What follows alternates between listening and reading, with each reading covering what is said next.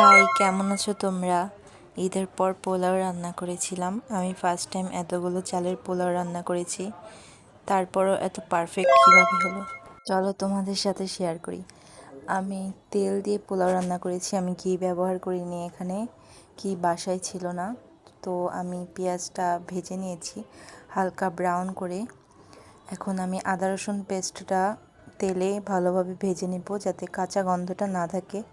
আর এখন আমি সামান্য পানি দিয়েছি, এরপর আমি চালটা যে ধুয়ে ঝরা দিয়ে রেখেছিলাম সেটা আমি দিয়ে দিব। এটা আমি ভাজা ভাজা করে নেব।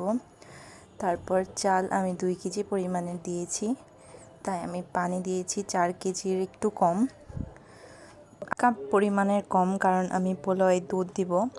পোলাওয়ে দুধ দিলে পোলাওটা খেতে আরও দারুণ হয়। আর একটা ট্রিক্স হচ্ছে পোলাও ঝরঝরা হওয়ার, যে চালটা ধুয়ে আগে ঝরা দিয়ে রাখতে হয়, তাহলে পোলাওটা ঝরঝরা। ওর আমি কিছুক্ষণ ঢাকনা দিয়ে ঢেকে তাওয়া দিয়ে আমি দমে রেখে দিয়েছিলাম। তারপর আপনারাই দেখুন কতটা পারফেক্ট হয়েছে আমার পোলাও। এই তো আমার গরম গরম পোলাও রেডি। তো আপনারাও চাইলে এভাবে এই ট্রিক্সটা ফলো করতে পারেন। আল্লাহ হাফেজ।